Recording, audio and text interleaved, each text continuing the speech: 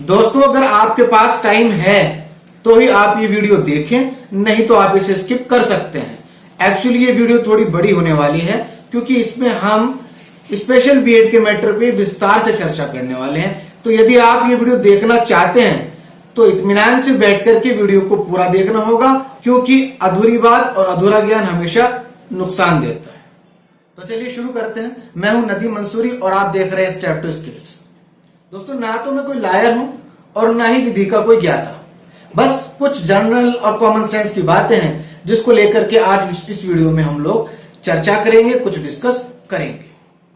देखो भाई, जिस समय देश का नौजवान अध्यापक बनकर देश की सेवा करने का जज्बा मन में रखकर स्पेशल बीएड में एडमिशन ले रहा था, तब तो बहुत सारी यूनिवर्सिटीज ने सुनहरे ख्वाब दिखाए और बताया कि स्पेशल बीएड जनरल बीएड के समकक्ष मान्यता रखता है। एनसीटी के गजट का हवाला भी दिया गया और वो कुछ गलत भी नहीं था, क्योंकि एनसीटी ने स्पेशल बीएड को 2010 और 11 से 2015 तक तो रखा भी है। गजट भी देखा लोगों ने, एडमिशन पा लिया। अब जो लोग 2010, 11, 12, 13, 14, 15 में स्पेशल बीएड में एडमिशन ले रहे थे, तो ये तो उनके लिए बेस्ट ऑप्शन था। वो इसलिए क्योंकि स्पेशल बीएड कर लेने के बाद हम स्पेशल एडुकेटर्स भी बन सकते हैं और जनरल टीचर भी बन सकते हैं, तो बहुत बढ़िया बात थी। और बहुत सारी बातें ये भी देखने में आई हैं कि कुछ कैंडिडेट्स का जनरल बीएड में भी एडमिशन हो रहा था, लेकिन उसे छोड़ करके वो स्पेशल बीएड में एडमिशन पाए। क्यों? किस लिए? क्योंकि उनको इसी तरह की बातें बताई गई थी, इसी तरह के ख्वाब दिखाए गए थे। आज जब भर्ती का वक्त आया तो उस वक्त में एनसीटी ने अपने गजट से बाहर कर दिया। ये तो बहुत नाइंसाफी की बात है। खैर, निकाल दिया तो क्या कर सकते हैं। किसी की हिटलर शाही है तो उसको हम किस तरीके से उसका जवाब दे सकते हैं? एक ही रास्ता है, कानून और न्याय का। तो अभी फिलहाल आज की इस वीडियो में हम लोग डिस्कस करते हैं कि आखिर क्यों स्पेशल बीएड जनरल स्कूल्स में टीचिंग के योग्य नहीं है, क्यों प्राइमरी में इसको नहीं रखा गया, आखिर क्या कारण है, क्या कमियां हैं स्पेशल बीएड में कि उसको प्राइमरी में रखने के बाद भी बाहर कर दिया। ये बात मेरी समझ से बिल्कुल बाहर है। अभी फिलहाल जो फैक्ट्स आपके सामने रखे जा रहे हैं वो साबित करते हैं कि स्पेशल बीएड प्राइमरी की कक्षाओं में पढ़ाने के लिए पूरी तरह से योग्य है।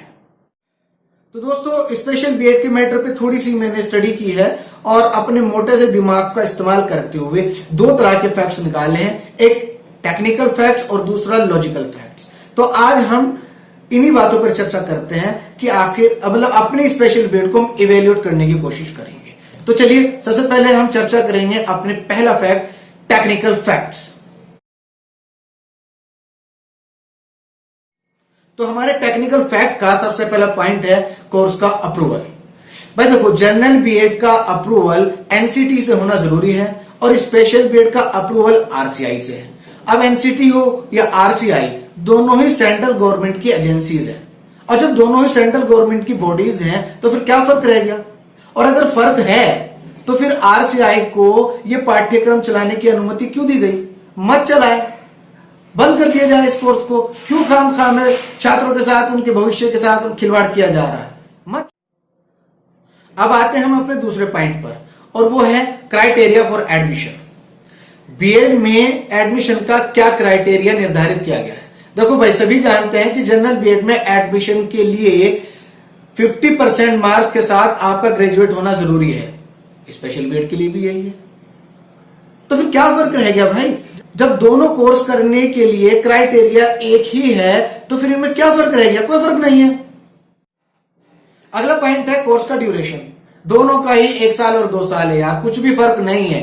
ऐसा ही जनरल बीएड है, ऐसे स्पेशल बीएड है, उसको भी 1 साल और 2 साल का ड्यूरेशन प्राप्त है, इसको भी 1 साल और 2 साल का ड्यूरेशन प्राप्त है। वो भी 2 सेमेस्टर या 4 सेमेस्टर का होता है, ये भी 2 सेमेस्टर या 4 सेमेस्टर में पूरा हो जाता है। कहां फर्क रह गया यार? कोई फर्क नहीं है।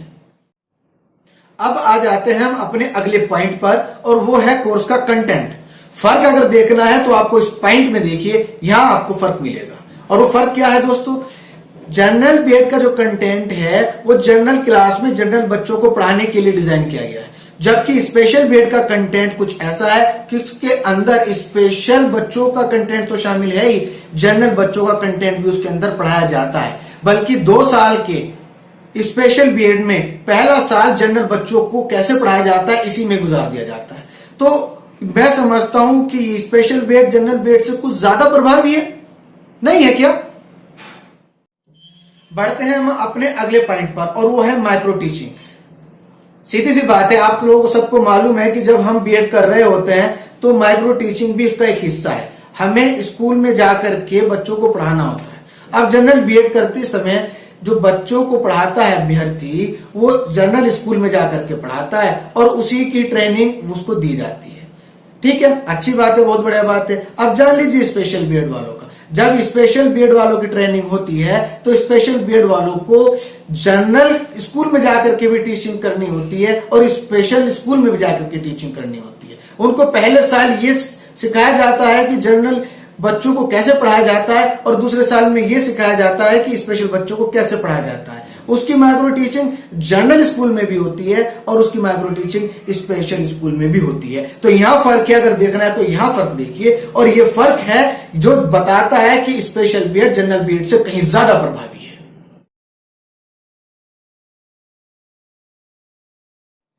लॉजिकल फैक्ट का सबसे पहला पॉइंट है एनसीटी का अप्रूवल। एनसीटी ने सन 2010 से और लगभग 15 तक तो स्पेशल बीएड को प्राइमरी में शामिल रखा।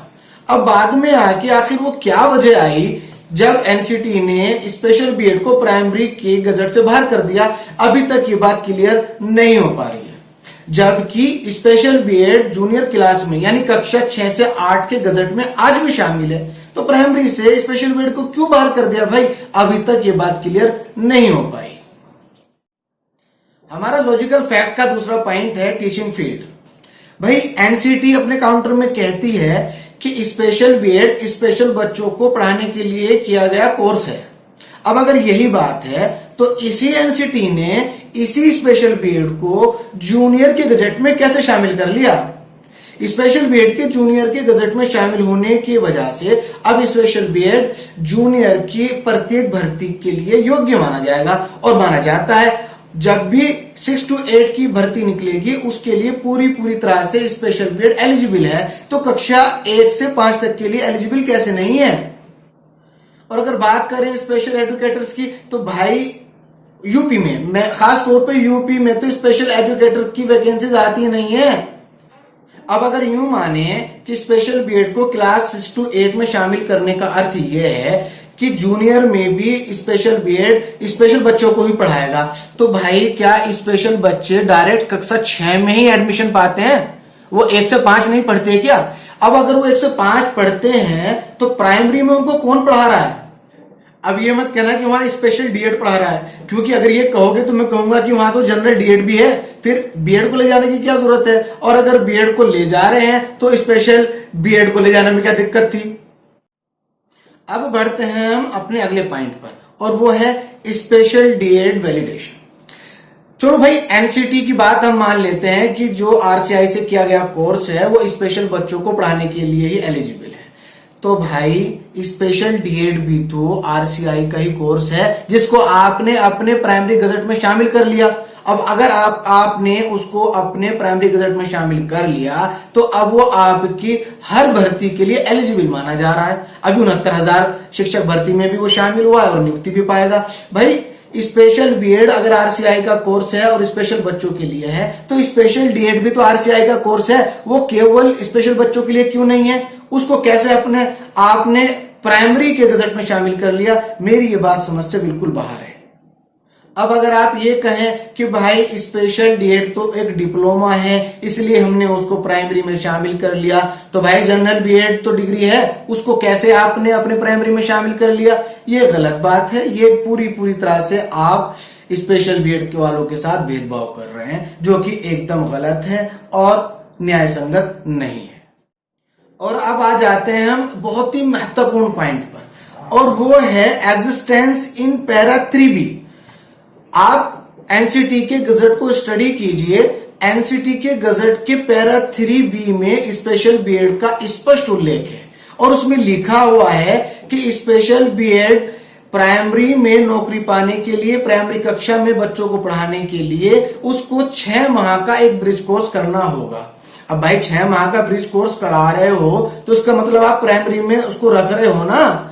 अब जब आप पैरा 3B में इस बात का उल्लेख कर रहे हो तो वहां योग्यता की लिस्ट में स्पेशल बीएड को स्पष्ट रूप से लिख देने में क्या दिक्कत थी भाई?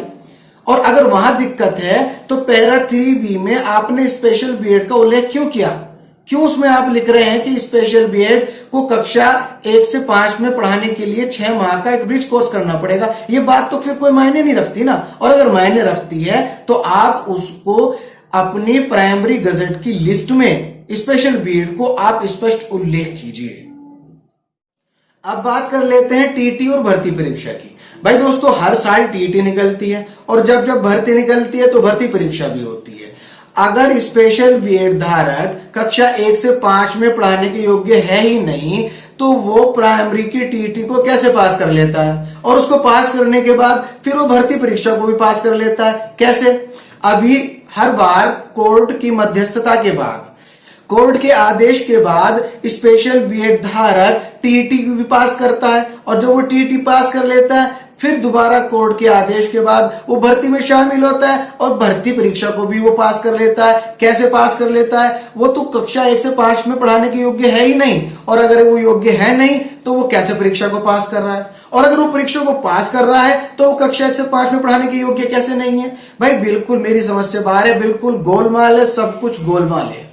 स्पेशल बीएड धारक कक्षा 1 से 5 में पढ़ाने के योग्य है, ये बात उसने ये दोनों परीक्षाएं पास करके साबित कर दी है। उसको प्राइमरी में शामिल किया जाना चाहिए, जरूर किया जाना चाहिए। अब बात करते हैं हम अगले पॉइंट की, और जो है इंक्लूसिव एजुकेशन। देखो भाई, आजकल इंक्लूसिव एजुकेशन का दौर चल रहा है और ये भी मान लिया गया है कि इंक्लूसिव एजुकेशन ही एक सही रास्ता है, जिसके तहत स्पेशल और जनरल बच्चों को एक ही स्कूल और एक ही कक्षा में एक साथ पढ़ाया जाना चाहिए ताकि वो अपनी मुख्य धारा से इधर उधर न भटक सके। अब जब इंक्लूसिव एजुकेशन का दौर चल रहा है तो ऐसी कंडीशन में स्पेशल बीएड को प्राइमरी से आप क्यों बाहर कर रहे हो? अरे भाई, जब बच्चों को समावेशित कक्षा में पढ़ाया जा रहा है तो उसके लिए आपको जनरल टीचर और स्पेशल टीचर दोनों की जरूरत होगी। वहां से आप क्यों और किस लिए आप स्पेशल बीएड को बाहर कर रहे हो? ये बात भी बिल्कुल समझ से बाहर है। और फाइनली अब बात करते हैं ओवरऑल फैक्ट की। भाई बहुत ही कॉमन सेंस की बात है कि एक व्यक्ति अगर एक दृष्टिबाधित को पढ़ा सकता है, एक बधिर बालक को पढ़ा सकता है, तो वो एक नॉर्मल बच्चों को कैसे नहीं पढ़ा सकता? कैसे वो नॉर्मल बच्चों को पढ़ाने के लिए एलिजिबल नहीं है? भाई, एक बधिर बालक जो सुन नहीं सकता, एक दृष्टिबाधित बालक जो देख नहीं सकता, ऐसे बच्चों को ट्रेंड करके उनको शिक्षित करना ये कोई आसान काम नहीं है। और इस आसान काम को कर लेने वाला कैसे सामान्य बच्चों को नहीं पढ़ा सकता? सामान्य क्लास में वो टीचर नहीं बन सकता? बहुत अजीब सी बात है यार, बिल्कुल सिर में दर्द हो गया। समझ में नहीं आता ये किस प्रकार की पॉलिसी है, ये गवर्नमेंट आखिर इस पर ध्यान क्यों नहीं दे रही है?